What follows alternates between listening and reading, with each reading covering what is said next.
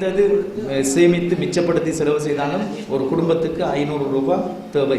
நாங்கள் காலையில் சாப்பிடுவது அல்லது மதியத்தில் சாப்பிடுவதை சேமித்து வைத்து பிற்பகல் இரவு சாப்பிடுவது என்றாலும் 500 ரூபாய் நிச்சயமாக தேவைப்படும். பிள்ளைகளின் படிப்பு, உணவு மற்றும் இதர செலவுகள் என்று குறைந்தபட்சம் 500 ரூபாய் தேவை. ஆனால் எமது மாகாணத்தை பொறுத்த மட்டில் 1 ரூபாயும் வருமானம் இல்லாமல் தான் இவ்வாறான குடும்பங்கள் வாழ்ந்து கொண்டிருக்கின்றோம். ஆகவே இந்த நிலை மாற வேண்டும். கிராமங்கள் தோறும் நிலையான அபிவிருத்தியை கொண்டு வர வேண்டும் என்ற நோக்கோடு தான் இந்த வேலைத்திட்டம் நகர்கின்றது.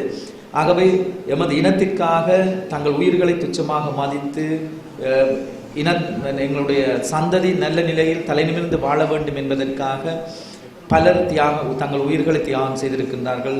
பலர் தங்கள் கல்வியை தியாகம் செய்திருக்கின்றார்கள். இன்று புனர்வாழ்வுக்கு சென்று வீடு வந்திருக்கின்றார்கள். அடுத்த நேர உணவுக்கு என்ன செய்வது என்று தெரியாமல் இருக்கின்றார்கள்.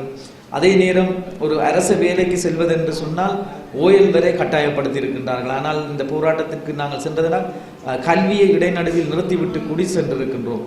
ஆகவே இவ்வாறான நபர்களுக்கு என்ன வேலை திட்டத்தை கொடுக்க போகணும்? அரசு சேவையில் நாங்கள் அவர்களை இணைத்துக் கொள்வது என்பதும் கடினமான ஒன்று. ஆகவே வெறுமனே இந்த ஒரு அடிப்படையில் உடனடியாக தேவைப்படுவதாக இருப்பது இந்த அத்தியாவசிய வாழ்வாதார திட்டங்கள்.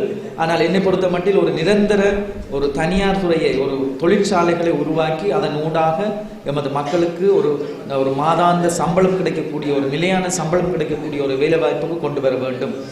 என்னை பொறுத்த மட்டில் எனது அன்புக்குரிய உறவுகளிடம் நான் கேட்கின்ற ஒரு விடயம், என்னதான் கஷ்டங்கள் துன்பங்கள் இருந்தாலும் வறுமை இருந்தாலும் எங்களுடைய மாணவர்கள் உங்களது பிள்ளைகளின் கல்வியை தயவு செய்து தொலைத்து விட வேண்டாம், நிறுத்திவிட வேண்டாம்.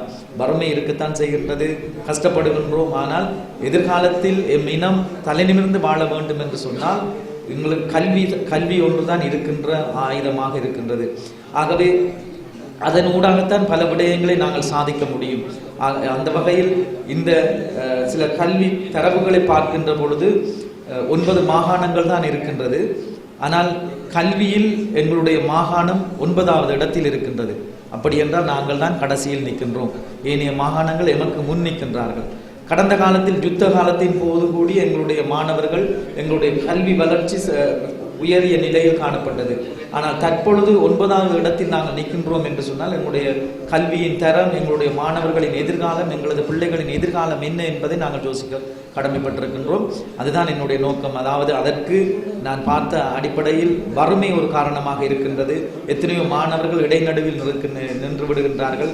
இன்னொரு விதத்தில் எங்களுடைய மாணவர்களின் கல்விக்கு பாதகமாக இருக்கின்ற ஒரு விடயம், வீடுகளில் எங்களுடைய தொலைக்காட்சி, தொலைபேசிகள், இந்த மொபைல் போன். தயவு செய்து உங்களது பிள்ளைகள் எதிர்கால கல்வி இருக்கின்றது. இவர்கள் தான் நாளைய தலைவர்களாக வரப்போகின்றார்கள். இந்த தொலைக்காட்சியில் இந்த நாடகங்களுக்கு எங்களுடைய பெரியவர்கள் அடிமையாகி இவர்கள் படிக்கின்ற நேரத்தில் கூடி இந்த நாடகத்தை போட்டு பிள்ளைகளை சீரழித்துக் கொண்டிருக்கின்றார்கள். தயவு செய்து அதை நிறுத்துங்கள். இல்லை என்று சொன்னால் இன்னும் உங்களது பிள்ளைகள் நாளை எதிர்காலத்தில் பாதிக்கப்பட போகின்றார்கள். கல்வியில் நாங்கள் முன்னேற வேண்டும். அது ஒன்றுதான் எமக்கு தற்பொழுது இருக்கின்ற ஒரு ஆயுதம் என்பதை மனதில் வைத்து இந்த வேலை திட்டத்தின் ஊடாக கிடைக்கின்ற இவ்வாறான வாழ்வாதார திட்டங்களை சரியாக பயன்படுத்துங்கள்.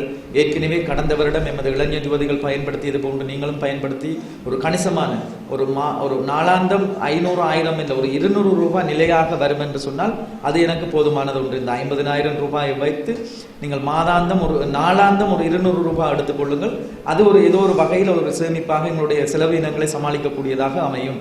அதை விட கூடுதலாக எடுப்பது உங்களது கைகளில் இருக்கின்றது. இன்னொரு விடயத்தை கூற கடமைப்பட்டிருக்கின்றேன். முக்கியமான ஒரு விடயம், தற்பொழுது நான் எதிர்நோக்குகின்ற பிரச்சனை, கடந்த 2014ஆம் ஆண்டு இந்த வாழ்வாதார திட்டத்தை ஆரம்பித்த பொழுது ஒரு சில பிரச்சனைகள் இருந்தது. இதை நிறுத்த வேண்டும் என்று தென்பகுதியில் உள்ளவர்கள் சில நடவடிக்கைகளை எடுத்திருந்தார்கள்.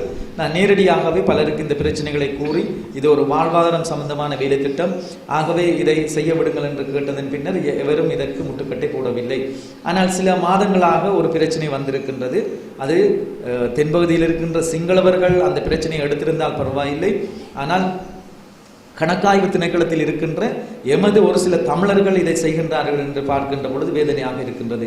இந்த வேலை திட்டத்தை எவ்வாறாவது நிறுத்த வேண்டும் என்ற முயற்சியில் ஈடுபட்டிருக்கின்றார்கள். இதற்கு பல முட்டுக்கட்டைகளை எனது பணிப்பாளருக்கு, குறிப்பாக இந்த கணக்காய்வு என்ற அடி போர்வையில் எத்தனையோ தடைகளை, இந்த வேலை திட்டத்தை செய்ய வேண்டாம், இது மத்திய அமைச்சு பார்க்க வேண்டிய ஒரு விடயம், அதாவது அரசியல் கைதிகள் என்று சொன்னால் மத்திய அமைச்சு பார்க்க வேண்டிய விடயம், புனர்வாழ்வில் இருந்து வந்தவர்கள் என்று சொன்னால் புனர்வாழ்வு அமைச்சு பார்க்க வேண்டும் என்று இவ்வாறான சில சின்ன பிள்ளைத்தனங்களா விடயங்களை அவர்கள் முன்வைக்கின்றார்கள். இத்தனை காலமும் அவர்கள் என்ன விடயத்தை எமது மக்களுக்கு செய்தார்கள் என்பதை முதலில் யோசிக்க வேண்டும்.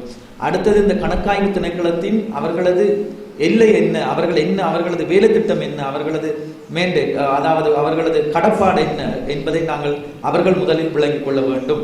ஏன் இதை கூறுகின்றனோ, ஒரு வேலை திட்டம் நடைபெறுகின்ற பொழுது அந்த பொருட்கள் அல்லது வாங்கி கொடுக்கின்ற இதிலும் நிதி மோசடிகள் இருக்கும் என்று சொன்னால் நிச்சயமாக கணக்காய்வு திணைக்களம் தலையிட வேண்டும்.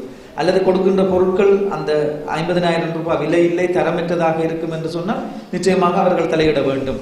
அது தவிர இந்த நிதி பயன்படுத்துகின்ற பொழுது ஏதேனும் அது சரியாக சீராக செல்லவில்லை என்று சொன்னால் நிச்சயமாக கணக்காய்வு திணைக்களம் தலையிட வேண்டும், அதை சுட்டிக்காட்ட வேண்டும். அவ்வாறு இருந்தால்தான் எங்கு பிரச்சனை இருக்கின்றது என்பதை நான் அறிந்து அதை சீர் செய்ய முடியும். ஆனால் கொள்கை ரீதியாக தென்பகுதியிலிருந்து ஏசி அறைகளுக்குள் இருந்து கொண்டு இங்கு அடிமட்டத்தில், இன்றைய தினம் முல்லைத்தீவிலும் நான் கூறிவிட்டு வந்திருக்கின்றேன், எத்தனையோ இளைஞர்கள் படுத்த படுக்கையில் இருக்கின்றார்கள், படுக்கை புண் போட்டு எழுதி நடக்க முடியாத அளவுக்கு இருக்கின்றார்கள். ஆகவே இவர்கள் அன்றாட உணவுக்கு கஷ்டப்பட்டு கொண்டிருக்கின்றார்கள். ஆகவே மேல்மட்டத்தில் இருந்து கொண்டு அதை செய்ய வேண்டாம் இதை செய்ய வேண்டாம் என்று கூறுவதற்கு யாருக்கும் உரிமை இல்லை.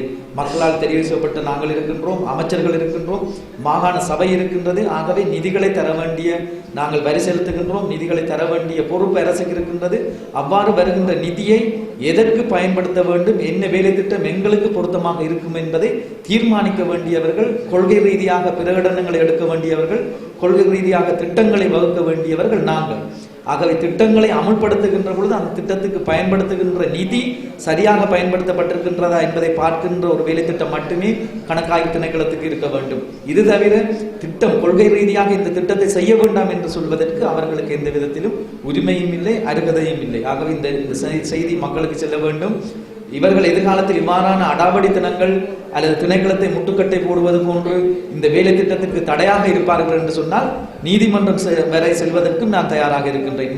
இந்த வேலை திட்டம் ஒன்றுக்காகத்தான் நான் இதுவரையும் அமைச்சராக இருக்கிறேன்.